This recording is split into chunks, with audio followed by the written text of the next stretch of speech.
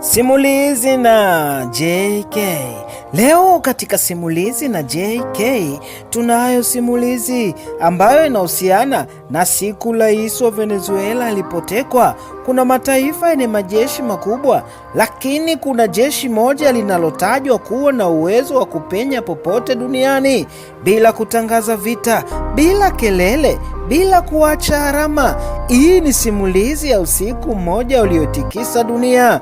Ulikuwa ni saa 3:17 usiku jijini Caracas, Venezuela. Barabara zilikuwa kimya, anga lilionekana tulivu, lakini juu ya anga kulikuwa na kitu kisichoonekana kwa macho ya kawaida. Ndani ya sekunde chache, rada za kijeshi za Venezuela zikaanza kuzimika moja baada ya nyingine. Hakukuwa na mlipuko wala hakuwepo na tahadhari. Kimya kilichobeba hatari. Kutoka angani, helikopta maalum zisizoonekana kirahisi kwenye rada zilishuka taratibu. Ndani yake kulikuwa na askari. Hawakuwa askari wa kawaida, walikuwa ni vikosi maalum vya Marekani, askari waliopitia mafunzo ya kufanya operesheni ndani ya nchi na nje ya nchi, bila ya kuonekana, bila ya kushindwa. Mawasiliano ya ikulu yakazimwa, kamera za ulinzi zikapoteza picha, walinzi wakajikuta hawaoni wala hawasikii chochote. Dakika chache tu ndani ya ikulu ya rais, ulinzi ulivunjwa bila hata risasi moja. Milango ilifunguliwa kimya kimya. Hatua za askari zilisikika taratibu, kana kwamba kivuli kisichotembea gizani. Ndani ya chumba chake, rais wa Venezuela alishtuka kuona wanaume asiowajua wakisimama mbele yake.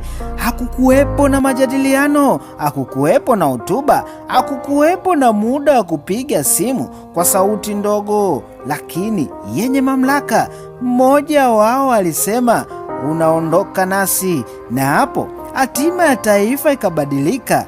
Katika simulizi hii, uwezo wa jeshi la Marekani unaonekana wazi. Uwezo wa kuzima mawasiliano ya nchi nzima, teknolojia ya cyber warfare, kuvuruga mifumo ya ulinzi, vikosi maalum vinavyoweza kuingia na kutoka bila kutambuliwa, utaratibu wa hali ya juu kati ya anga, ardhi na mitandao. Ndani ya muda mchache operesheni ilikuwa imemalizika. Asubuhi ilipofika, habari zilienea haraka. Rais wa Venezuela hajulikani alipo. Marekani haikuthibitisha wala haikukanusha. Ulimwengu ukaachwa kwenye sintofahamu. Marekani haikuweka wazi sababu za kumkamata. Marekani walitoa tamko fupi tu lisiloweza kuelezeka kwa kina. Walisema operesheni hii ni kwa ajili ya kulinda usalama wa kimataifa na maslahi ya kimkakati ya dunia, lakini hawakuweka wazi. Wachambuzi wa kisiasa kwenye mitandao wa kijamii walitaja tetesi mbalimbali. Walisema ni dikteta ambaye aliua waandamanaji na wapigania haki, tuhuma za madawa ya kulevya, ukiukwaji wa haki za kibinadamu, tuhuma za kushirikiana na mataifa adui wa Marekani, mipango ya siri ya kijeshi au silaha hatari, vitendo vinavyodaiwa kutishia usalama wa kimataifa, taarifa nyeti za kiintelijensia ambazo dunia haikuruhusiwa kujua. Simulizi hii inatuacha na maswali mazito. Ikiwa rais anaweza kutoweka usiku mmoja, nani yuko salama? Je, nguvu za kijeshi ni ulinzi au ni tishio? Na je, kama hili lingeweza kutokea kwenye taifa lako, je, ungekuwa tayari litokee?